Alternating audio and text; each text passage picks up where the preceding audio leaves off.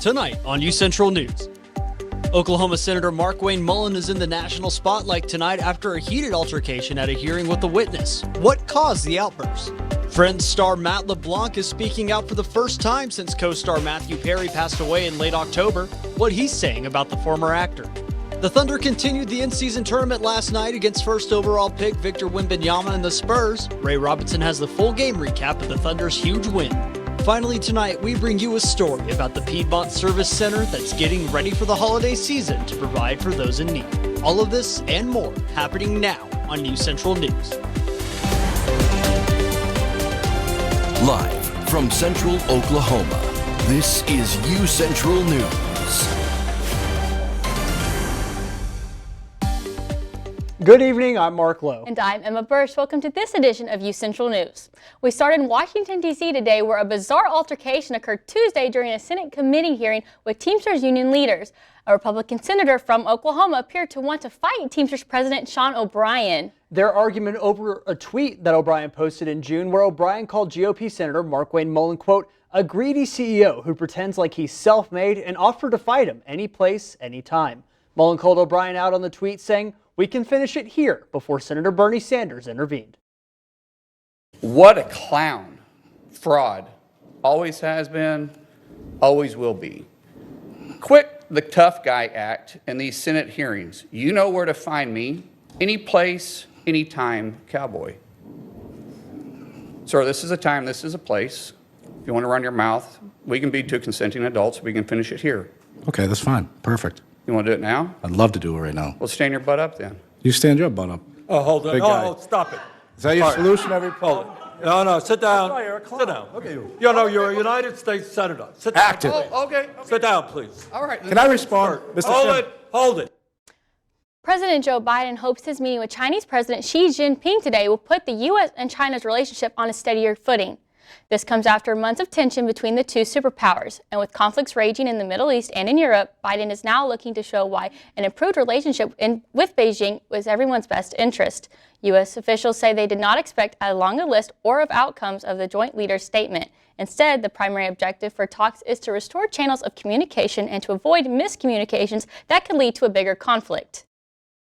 The global spotlight is on San Francisco as the city draws leaders from around the world for the APEC summit. Some groups are jumping at the chance to get their message out, including protesters demanding a ceasefire in Gaza. CNN Tim Johns is on the scene.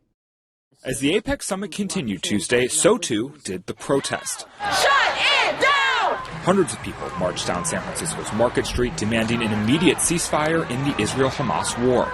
Many people directly blaming President Biden for the carnage in the Middle East. We're here to demand, to uplift our demands to Biden and let him know that we demand a ceasefire now.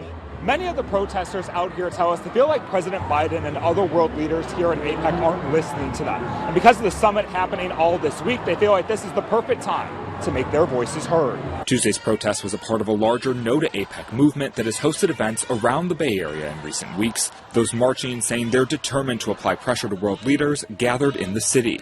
They have no choice but to listen to us, frankly, because while they're here having a party that the whole rest of the city is not invited to, we're here in the streets. They'll apply pressure again on Wednesday when protesters say they'll attempt to shut down the APEC summit. If you want to keep the Democratic voters on board, you need to start acting like someone whose interest is in human rights. In a new video message, San Francisco Police Chief Bill Scott said while his department supports people's rights to protest, they're prepared if things get out of hand. While Tuesday's protest was largely peaceful, those gathered say they're not stopping anytime soon. We're going to continue showing up in the streets every single day until we have a ceasefire, until the... Well, the weather outside surely is not frightful, No. but it feels really nice out there. Not like weather should be at this time of year. Absolutely. Let's toss over to Destiny Pittman for our first look at weather. Destiny? Yes, guys, it was another warm day outside. The sun was out in the sky and the sky was clear. There weren't really any clouds. Currently, it feels like it's about 72 degrees outside. The winds are blowing south about 7 miles per hour. It's not too strong. Humidity rate isn't that high either. It's about 38%. And then it does feel like it's about 70 degrees outside. And then tonight the temperatures are going to cool down a little. We're going to have some clouds and some fog come in, and that's going to last until early tomorrow morning. The winds are going to stay the same roughly, blowing south about 7 to 9 miles per hour. Humidity rate will go up though because of those clouds and fog coming in, and it's going to be about 45%. And then there is no chance of rain tonight. So again, another warm day and evening for today. That's all I have for now. I'll have my full weather forecast later for you guys in the show. Back to you guys at the desk. Thank you, Destiny. Well, across the country, many students ranging from elementary to even here at UCO have some fear of violence on their campus. But a UCO class is taking that issue and turning it into a learning experience for all. In a recent Homeland Security survey, 70% of students fear violence in their school, and 85% of students see in some way hate speech against minority groups. But a UCO class is finding a way to stop this problem in a competition. Project manager for our Pieces of Pie campaign. We're working in a competition called Invent to Prevent to stop targeted violence in different aspects across the country. So we have focused on stereotypes in 5th graders. Invent to Prevent is a nationwide competition that UCO's campaign class is coming up with an idea to educate 5th graders to stop bullying in the classroom in a fun way. With our Pieces of Pie game, we have 2 different games that we're planning on bringing into the classroom. One is more of a Kahoot style, while the other one is more of a Family Feud style. UCO's campaign is Pieces of Pie, and they are reaching metro schools and gathering research on what they discovered. Dr. Megan Cox says this isn't an easy campaign. Politely including everyone, that's right. So they're going to be able to share this game with local schools and watch these 5th graders participate. And using that feedback, they'll be able to hone the game and hopefully share it with even more teachers and address this issue in a way that they're very passionate about. This campaign is more than a competition, it's for change. From UCO, I'm Emma Birch, UCentral News. Well, there is cool weather coming later this week. How cold will it get? Destiny Pittman has your full look at the forecast next. Stay with us. Happy birthday! Make a wish. Miss you guys. Blue skies smiling at me, talking about blue skies. Do I see bluebirds singing a song, talking about blue skies from now on? When it comes to making plans, you are the best. What about those barbecues you plan in detail for your family? Or your daughter's first costume party? It was out of this world. The same way you plan each detail for those moments, start planning to protect you and your loved ones from a natural disaster. Sign up for local weather and emergency alerts. Prepare an emergency kit and make a family communications plan. Protecting your family is the best plan you can make.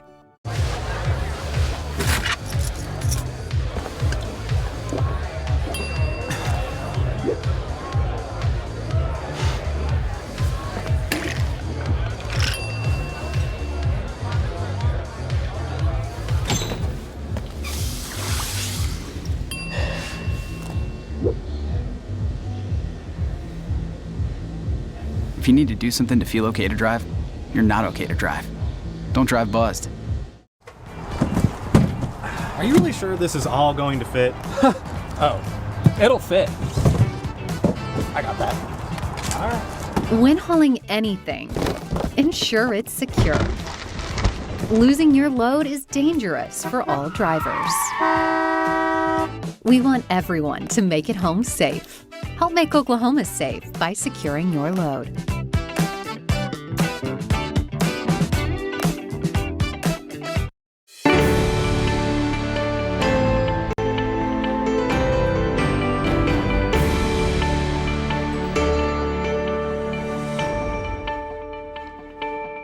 Welcome back, everyone. I'm here to give you your full look at weather. So I'll start with the temperatures statewide tonight. So we see up in the Panhandle, it's getting pretty cool tonight, about 38 degrees for the low. And as we move over into Woodward, we can see that there is going to be some fog coming in. We can also see there's going to be fog in various parts around the state. It's going to be about 44 degrees there tonight in Woodward with that fog, and then 44 in Enid. Moving on down to Clinton, another cooler part of the state, about 34 degrees. And then as we see in Altus, there is some more fog. It's going to be about 44 degrees there as well. And then Lawton, no fog, but 41 degrees. And then as we move back up to Oklahoma City, Edmond area, it's going to be about 48 degrees tonight with some fog. And like I said, that fog will last until early tomorrow morning.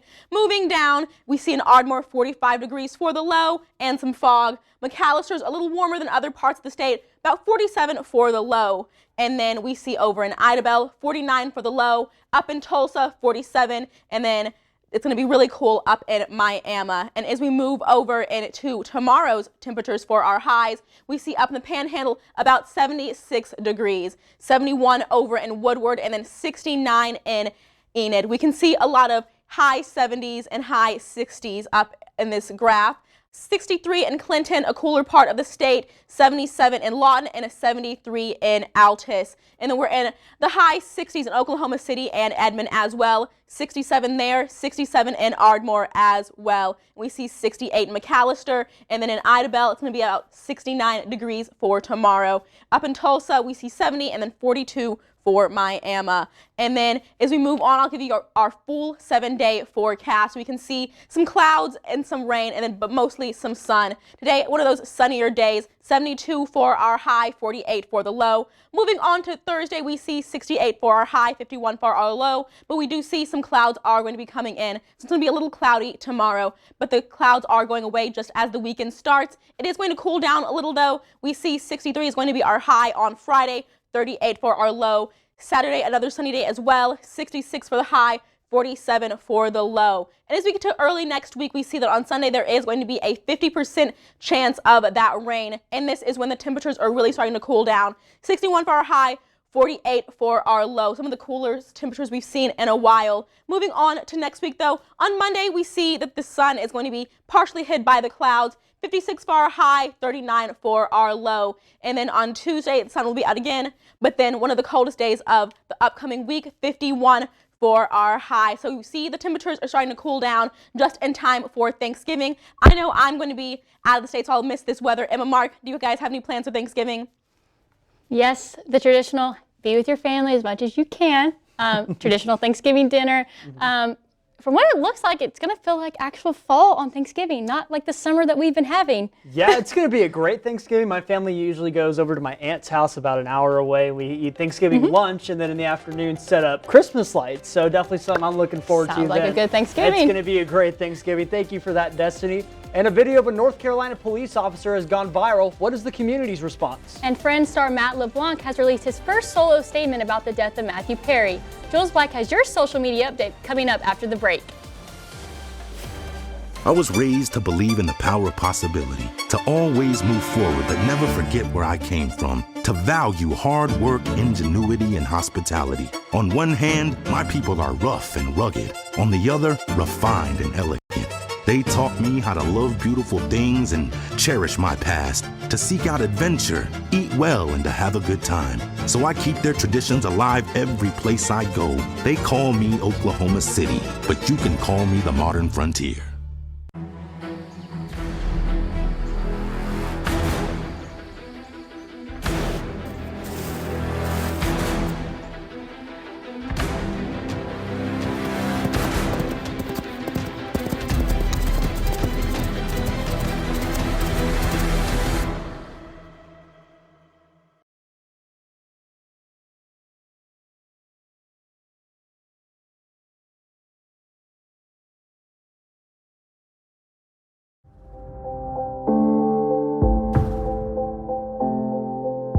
UCentral News as a whole, you got to be in those different areas, like being on camera, being off camera, being in the control room. And so I feel like that is what prepared me most about being in the workplace. UCentral and the mass comm department has provided me all the tools and the fundamentals that are needed in order to thrive well and thrive fast at my job.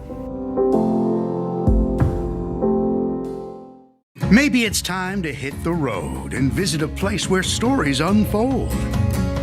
This is the land of the ultimate road trip, with sights old and new on Route 66. There's fun to be had, So much to do, and a few new surprises before you get through. Oklahoma has the most miles to share of Route 66. It's really quite rare. TravelOK.com will show you the way. Come see for yourself this iconic highway.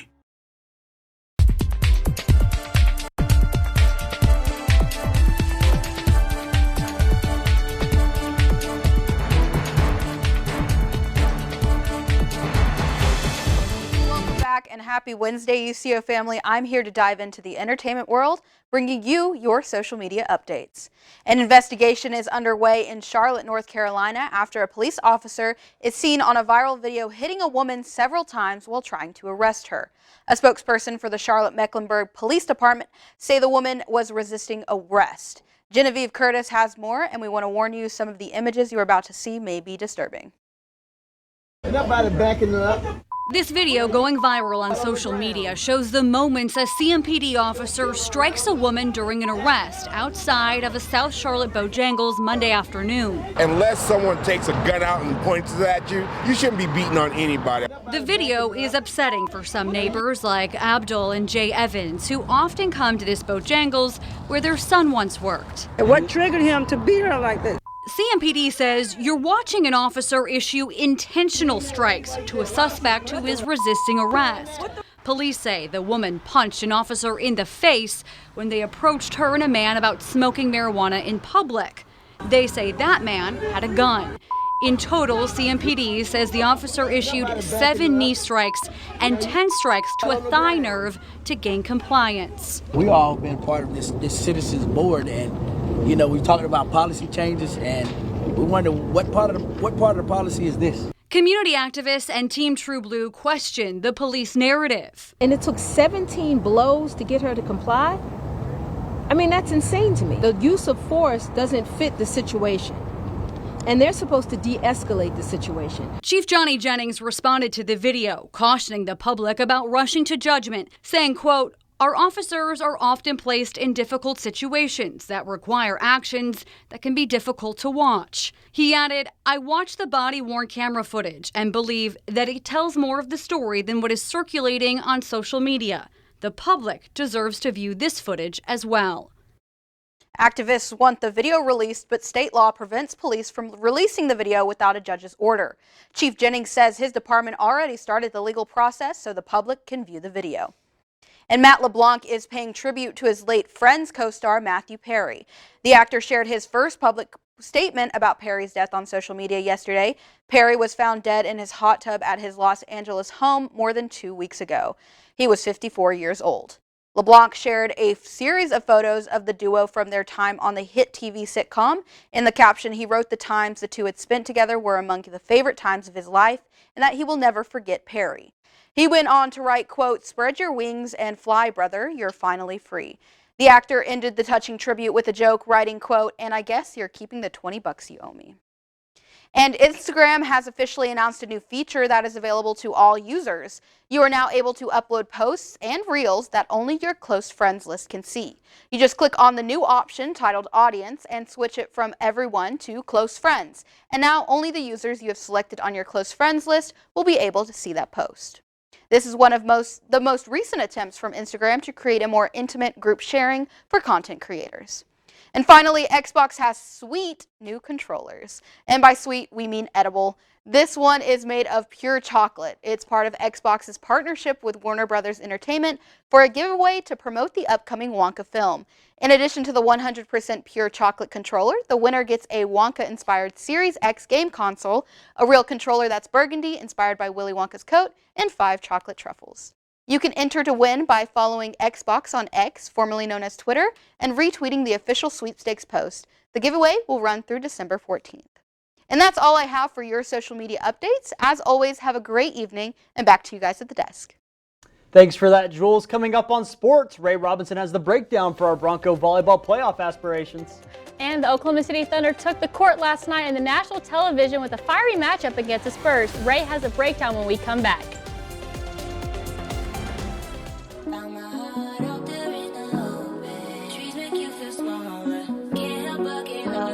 Feel the beat of nature at a park or forest near you. Find a forest and music inspired by nature at discovertheforest.org.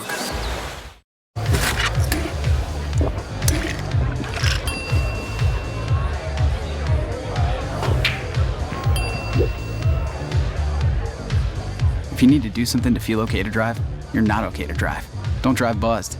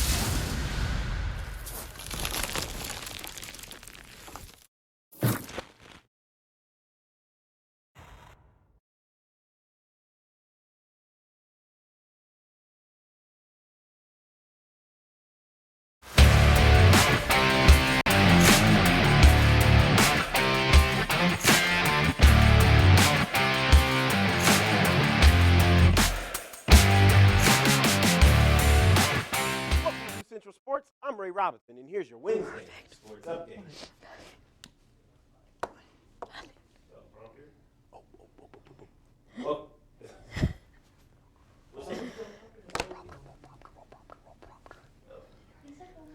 The Oklahoma City Thunder were at the center of the NBA world last night. In the in-season tournament game, two top rookies with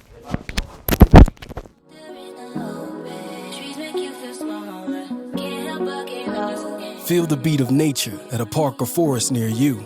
Find a forest and music inspired by nature at discovertheforest.org.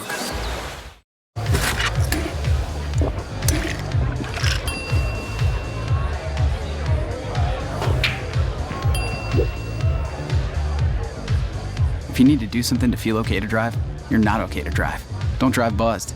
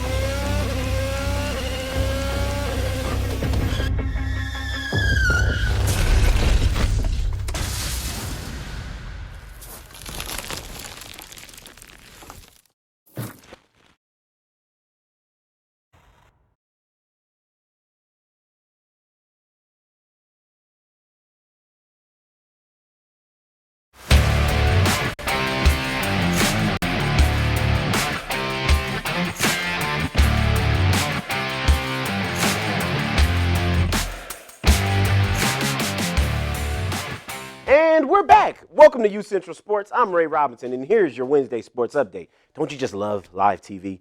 The Oklahoma City Thunder were at the center of the NBA world last night with an in-season tournament game and 2 top rookies with 1 projected generation talent. For a non-playoff game, the anticipation was certainly high. This game was hopefully the first of many matchups. Thunder's own Chet Holmgren versus Victor Wembanyama. These 2 players are viewed as the ultimate cheat code in basketball with their size and ability.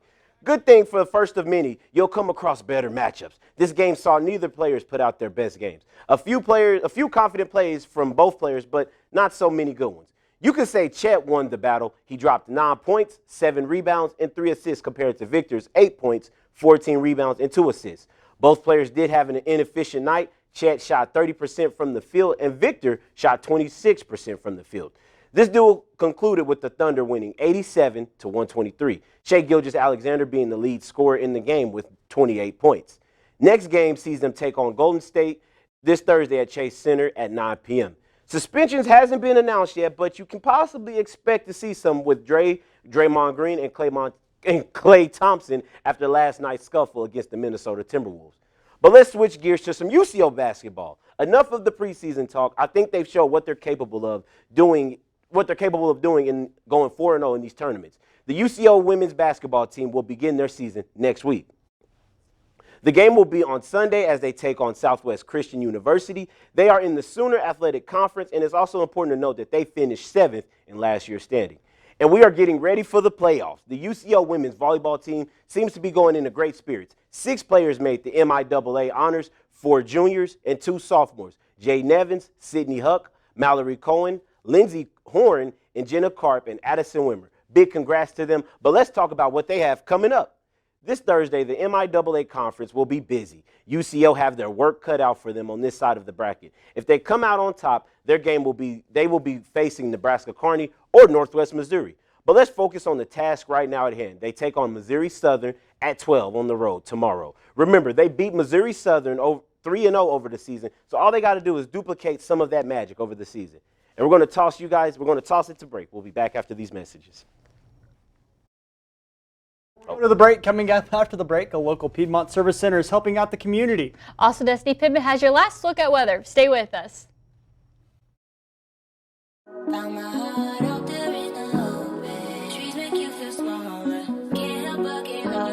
Feel the beat of nature at a park or forest near you. Find a forest and music inspired by nature at discovertheforest.org.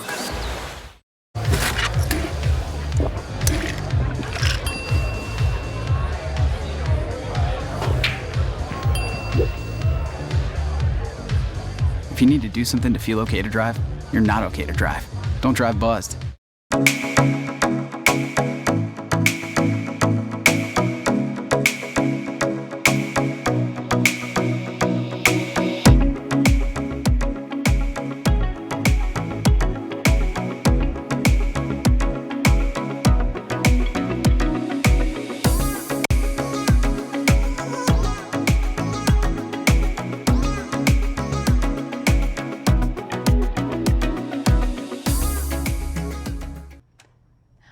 Welcome back. With Thanksgiving right around the corner, a Piedmont Service Center is providing those in need. UCentral's Evan Siski has more.